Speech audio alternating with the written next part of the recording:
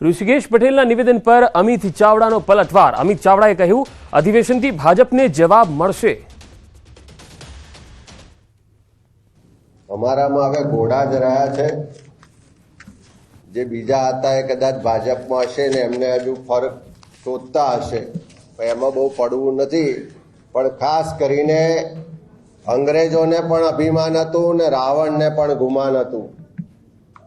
અંગ્રેજોનો સૂર્ય આખા વિશ્વમાં ક્યાંય આથમે નહીં, અને એ જોડ જુલમ અત્યાચારનું શાસન આ દેશમાં વર્ષો સુધી કર્યું। ગુજરાત કોંગ્રેસ કાર્યકર્તાઓમાં જોરદાર જુસ્સો જોવા મળી રહ્યો છે, કારણ કે કોંગ્રેસ વર્કિંગ કમિટીની બેઠક તથા રાષ્ટ્રીય અધિવેશન ગુજરાતમાં થઈ રહ્યું છે। 2 દિવસ સુધી સમગ્ર દેશમાંથી કોંગ્રેસના નેતાઓ કાર્યકર્તાઓ ગુજરાતમાં રોકાશે। કોંગ્રેસના પ્રદેશ અને રાષ્ટ્રીય સંગઠન માટે મોટા નિર્ણયનું સાક્ષી ગુજરાત બનશે। દિગ્ગજ નેતાઓનું ગુજરાતમાં આગમન થઈ રહ્યું છે। એરપોર્ટથી લઈને શાહીબાગ, સરદાર પટેલ સ્મારક અને સાબરમતી રિવરફ્રન્ટ ખાતે તૈયારીઓને આખરી ઓપ આપી દેવાયો છે। કોંગ્રેસના નેતાઓનો દાવો છે કે 64 વર્ષ બાદ ગુજરાતની ધરતી પર યોજાઈ રહેલા આ અધિવેશનથી કોંગ્રેસમાં નવા પ્રાણ ફૂંકાશે। એટલું જ નહીં, કોંગ્રેસ કાર્યકર્તાઓ ડબલ ઉત્સાહ સાથે દેશભરમાં કામે લાગશે। આ અધિવેશનથી કોંગ્રેસની વિચારધારા અને સાથોસાથ ગુજરાતની પરંપરાઓનું પુનઃસ્થાપન થાય। મહાત્મા ગાંધીજીની સાદગી, સત્ય અને અહિંસા આ સિદ્ધાંતોના માટે આ અધિવેશનથી એક નવી ઉર્જા સાથે અમે કામ કરવાના છે। આ ગાંધી સરદારની ભૂમિ ગુજરાતમાં કોંગ્રેસ માટે, ગુજરાત માટે એક અનેરો પ્રસંગ છે કે 64 વર્ષ પછી, લાંબા સમય પછી ગુજરાતની ધરતી પર ઓલ ઇન્ડિયા કોંગ્રેસ કમિટીની બેઠક થવા જઈ રહી છે। અને આ અધિવેશનના માધ્યમથી આખા દેશમાં કોંગ્રેસના જે આવનારા સમયના કાર્યક્રમો છે, જે વિચારધારા છે, જે સાંપ્રત પરિસ્થિતિ દેશની અને દુનિયાની છે, એના પર વિસ્તૃત ચર્ચા થશે, એના ઠરાવ પસારિત કરવામાં આવશે। 8 અને 9 તારીખે સમગ્ર ઓલ ઇન્ડિયા કોંગ્રેસ કમિટી અને 64 વર્ષ પછી ગુજરાતની અંદર અધિવેશનનું આયોજન થઈ રહ્યું છે, ત્યારે અમારું શીર્ષ નેતૃત્વ અહીંયા ગુજરાત પધારવાનું છે। કોંગ્રેસ કાર્યકરો હોય અને ગુજરાતના આમ પ્રજા હોય એમને આવકારવા માટે અને આવનાર જે સમય છે એક વિપક્ષ તરીકે લોકો વચ્ચે જઈને આ અધિવેશનના માધ્યમથી અનેક ઠરાવો થવાના છે। ये महात्मा गांधी की भूमि है, सरदार पटेल साहब की भूमि है।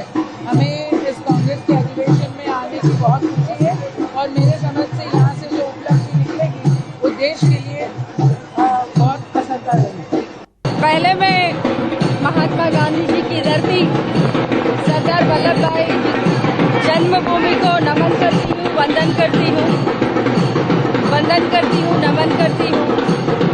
पुण्य धरती को, इस पावन धरती को नमन करके मैं कर्नाटक से आई हूँ। कर्नाटक राज्य की महिला व बाल कल्याण मंत्री हूँ। કોંગ્રેસનું રાષ્ટ્રીય અધિવેશનનું ગુજરાતમાં આયોજન છે, ત્યારે દેશભરમાંથી કોંગ્રેસના નેતાઓ અમદાવાદ પહોંચી રહ્યા છે। NSUIના પૂર્વ રાષ્ટ્રીય અધ્યક્ષ નીરજ કુંદન અમદાવાદ એરપોર્ટ પહોંચતા જ મીડિયા સાથે વાત કરી।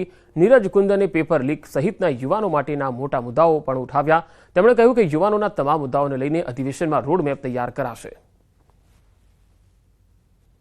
आए दिन जो है परीक्षाओं में पर्चा जो है वो लीक होता है। मैं NSUI का खुद जो है वो अध्यक्ष रहा हूं और उसमें मैंने देखा है कि उसमें गुजरात भी अछूता नहीं रहा है। शायद ही गुजरात में कोई ऐसी परीक्षा हुई होगी कि जिसमें पर्चा जो है लीक नहीं हुआ होगा।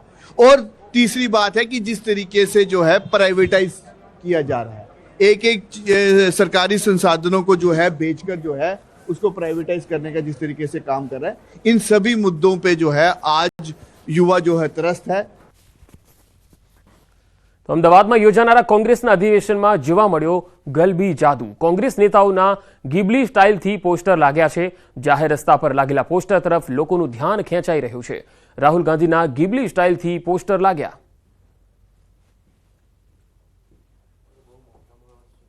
સોશિયલ મીડિયા ઉપર આજે ગીબલીનો જાદુ છવાયો છે। યુથ હોય કે ઓલ્ડ, તમામ રાજકીય નેતાઓ હોય, તમામ લોકો છે એ ગીબલીના રંગે રંગાયા છે। જ્યારે કોંગ્રેસનું અધિવેશન મળી રહ્યું છે અમદાવાદ ખાતે, ત્યારે કોંગ્રેસના અધિવેશનમાં પણ ગિબલીનો જાદુ જોવા મળી રહ્યો છે અને જે પોસ્ટર જોવા મળી રહ્યા છે ગિબલીના, રાહુલ ગાંધી હોય કે કોંગ્રેસના જે નેતાઓ છે પરસોત્તમ સોલંકી, તેના અલગ અલગ જે સાબરમતી રિવરફ્રન્ટના જે માર્ગ છે તે માર્ગ ઉપર આ ગિબલી સ્ટાઇલના પોસ્ટરો એક આકર્ષણનું કેન્દ્ર બન્યા છે, કારણ કે જે રીતે આજે યુથ અને સાથે તમામ જે લોકો છે તે લોકો છે ગિબલીના રંગે રંગાયા છે, ત્યારે કોંગ્રેસનું અધિવેશન છે તેમાં પણ એક નવું આકર્ષણ જે કહી શકાય કે પોસ્ટરની અંદર તે ગિબલીના પોસ્ટરો જોવા મળે છે, જેમાં કોંગ્રેસના નેતા રાહુલ ગાંધી અને કોંગ્રેસ નેતા પરસોત્તમ સોલંકીના આ પોસ્ટરો શહેરના અલગ અલગ રસ્તાઓ, 4 રસ્તાઓ પર જોવા મળી રહ્યા છે, જે સૌ લોકો માટે એક આકર્ષણનું કેન્દ્ર બન્યા છે.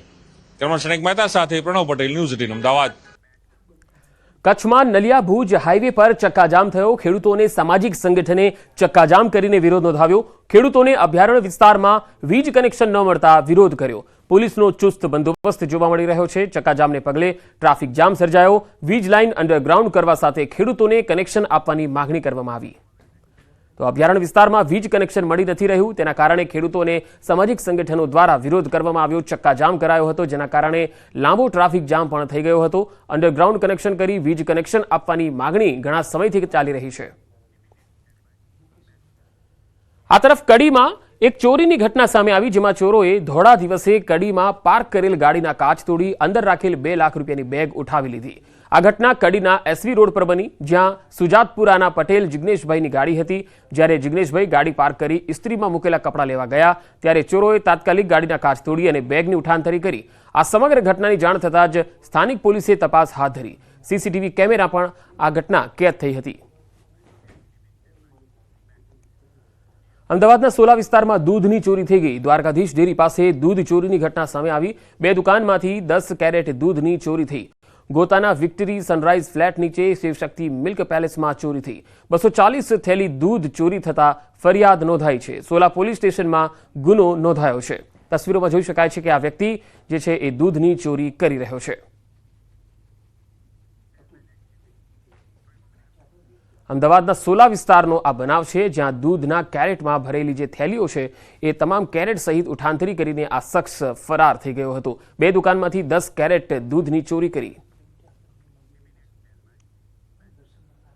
બનાસ ડેરીના દૂધની ચોરીનો પર્દાફાશ થયો. છેલ્લા ઘણા સમયથી દૂધના ટેન્કરમાંથી દૂધ ચોરીનું કૌભાંડ દિયોદર પોલીસે પકડી પાડ્યું હતું. કેટલાક શખ્સો ટેન્કરમાંથી દૂધ ચોરી કરીને ભાભર તરફ જતા હતા, ત્યારે પોલીસે પીછો કરી ભાભર વાવ રોડ પર મહાલક્ષ્મી દૂધ ડેરીમાં દૂધ આપતા રંગે હાથે પકડી પાડ્યા. 12 જેટલા શખ્સો દૂધ ચોરીનું રેકેટ ચલાવતા હોવાનું સામે આવ્યું. લુદ્રા નજીક મુખ્ય કેનાલ પર 300 લીટર દૂધ ટેન્કરમાંથી કાઢી 300 લીટર પાણી ભેળવી દેતા હતા. ચોરી કરેલું દૂધ પ્રાઇવેટ ડેરીમાં વેચી દેવાતું હતું. હાલ દિયોદર પોલીસે 4 શખ્સોની ધરપકડ કરી છે, જ્યારે બાકીના આરોપીઓની શોધખોળ ચાલી રહી છે. એમાં લગભગ 12 આરોપીનું નામ છે. એમાં દૂધ લેનાર દૂધ ટેન્કર માલિકનું પણ નામ છે, દૂધ ટેન્કર ચાલકનું નામ છે, દૂધ લેનારનું પણ નામ છે, અને આ જે લોકો જે કાવતરું કરીને ત્યાંથી દૂધ કાઢવાનું અને પાણી નાખવાનું જે કાવતરું રચીને જે એની અમલવારી કરતા હતા, એવા 4 બીજા આરોપીઓનું પણ નામ છે, જેમાં લોકો પાયલટિંગ કરતા હતા, કઈ લોકો પાણી કારબામાં ભરીને લાવતા હતા, અને કઈ લોકો એમાંથી બધું સંકલન કરતા હતા કે કોઈની નજરમાં ના આવે. દાહોદમાં જેસાવાડા ગામે મંદિરમાં તસ્કરો ત્રાટક્યા. પદ્મનાથ મંદિરમાં ચોરી કરી હતી. મંદિરમાં પાછળના ભાગેથી સીડી બનાવી અને મંદિરમાં ઘૂસી ગયા. 3 દાનપેટીમાંથી આશરે 25 થી 30 હજારની ચોરી કરી અને ફરાર થઈ ગયા. આ તસ્કરો સીસીટીવીમાં કેદ થયા છે. જેસાવાડા પોલીસ દ્વારા હાલ તપાસ ચાલી રહી છે.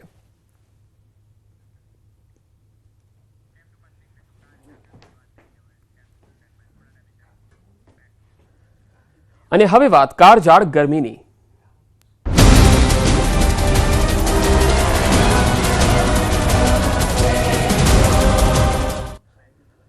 આગન ભઠ્ઠીમાં શેકાયું ગુજરાત. એપ્રિલની ગરમીએ ગયા વર્ષનો રેકોર્ડ તોડ્યો. રાજ્યના 9 શહેરોનું તાપમાન 42 ડિગ્રીને પાર થયું. હજુ 36 કલાક કચ્છમાં ભારે ગરમીનું રેડ એલર્ટ છે. રાજકોટ અને પોરબંદર જિલ્લામાં ઓરેન્જ એલર્ટ આપવામાં આવ્યું, તો ઉત્તર ગુજરાતમાં ગરમીનું યેલો એલર્ટ અપાયું. રાજકોટમાં 43.9 ડિગ્રી, અમદાવાદમાં 43 ડિગ્રી, જ્યારે ગાંધીનગરમાં 42.5 ડિગ્રી તાપમાન નોંધાયું. રાજ્યના 13 શહેરોનું તાપમાન 37 ડિગ્રીને પાર જોવા મળ્યું. ભુજમાં 43 ડિગ્રી, ડીસામાં 43.3 ડિગ્રી, અમદાવાદમાં 3 દિવસમાં 44 ડિગ્રી તાપમાન થઈ શકે છે.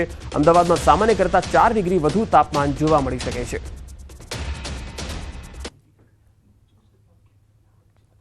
રાજકોટ શહેરનો આજે છે મહત્તમ તાપમાન જે તે 43 ડિગ્રી જેટલું નોંધાયું છે. આજે રાજકોટ શહેરમાં ઓરેન્જ એલર્ટ પણ જાહેર કરવામાં આવ્યું છે.